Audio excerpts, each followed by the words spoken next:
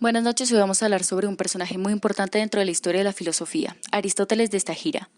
Aristóteles fue un filósofo, un polímota y un científico nacido en Estagira, reino de Macedonia, colonia griega de la Calcidia al norte de la actual Grecia. Nació en el año 384 a.C. y murió en el año 322 a.C., en Calcis, en la isla de Eubea. Hijo de una familia cual tradición siempre ha estado dirigida a la medicina, su padre Nicómaco sirvió de médico en la corte de los reyes de Macedonia. Por su pertenencia a la corte real, la familia de Aristóteles vivió un tiempo en Pela, antigua ciudad que se encuentra en la llanura central de la región de Macedonia en Grecia. Sin embargo, no pasó mucho hasta que sus padres murieron y Aristóteles quedara al cuidado de su tutor, Proxeno de Atarneo. Fue entonces que apenas a sus 17 años, Aristóteles decidió viajar hasta Atenas para poder estudiar en la academia.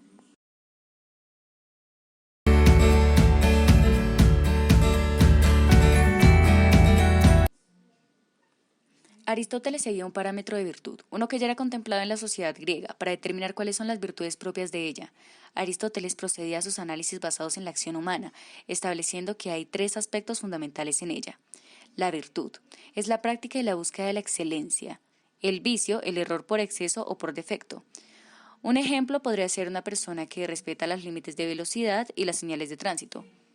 Por defecto está el exceso, aquella persona que no lo hace y por ende puede tener un accidente o ser multado. Justo medio. El justo medio es la virtud moral entre ambos extremos. Por dicho justo medio no puede anticiparse. Debe ser medido en cada situación, desarrollado, analizado. Por lo cual la virtud es un hábito, una constante desarrollada por una práctica continua.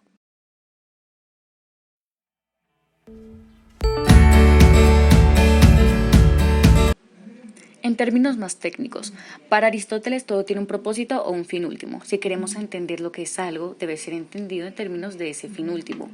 El telos sería el objetivo perseguido por todas las personas, animales o plantas. El telos de una bellota sería ser un roble. El telos de una persona sería la evolución personal, el logro de una meta, el cumplimiento de un objetivo.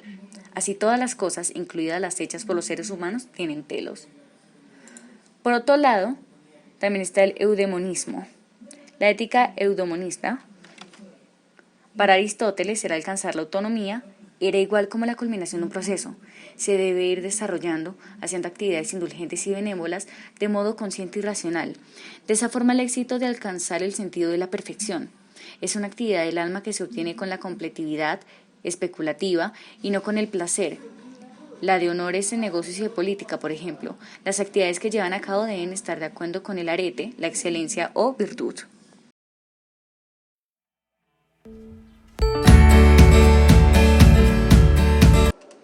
Ambos conceptos, tanto ética como moral, han sido interpretados de diferentes formas históricamente, por diversas corrientes de pensamiento, incluso varían según el campo en el que sean empleados, moral en religión, ética en negocios. En todo caso, esa interpretación de ética y moral es muy común en la actualidad. La definición de ética es el estudio de la reflexión sobre la moral, de las reglas de conducta aplicadas a alguna organización o sociedad. La de la moral se refiere a las reglas de conducta que se aplican en un grupo determinado y sus acciones, relativas, bueno o malo, lo aceptable o lo incorrecto. En cuanto a la flexibilidad de cada una en ética, la ética suele ser consistente, aunque puede cambiar si las creencias de un individuo cambian en función de determinada situación. En la moral, tiende a ser consistente dentro de un determinado contexto, siendo entendida de la misma forma para todos. Sin embargo, cada cultura o grupo humano tiene morales distintas. El origen de la ética es universal, siempre prevalece. En cambio, la moral es cultural por diferentes factores. Un ejemplo, en un estudio se analizan las razones que justifican si un comportamiento moral que una sociedad se deba tener una sola pareja. En la moral, en cambio, poniendo un contexto de un país, México, Colombia, es inmoral tener más de una esposa, mientras que en algunos países como Nigeria es normalmente aceptado.